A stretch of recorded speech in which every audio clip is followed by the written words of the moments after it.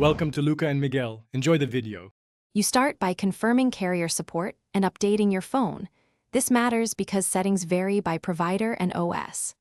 Once done, connect to the strongest Wi-Fi and ensure location services are accurate for emergency routing.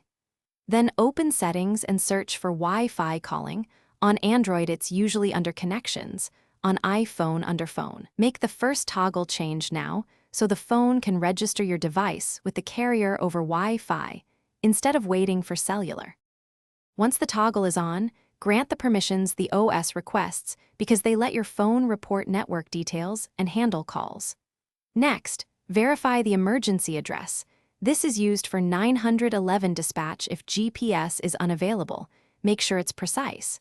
If your device offers a preference between Wi-Fi and cellular, choose Wi-Fi preferred when indoors on a reliable network.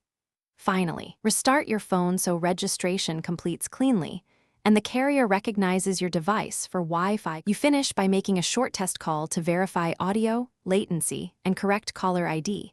If it sounds clear, you're done.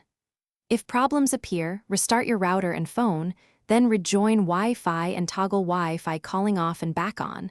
This often forces re-registration.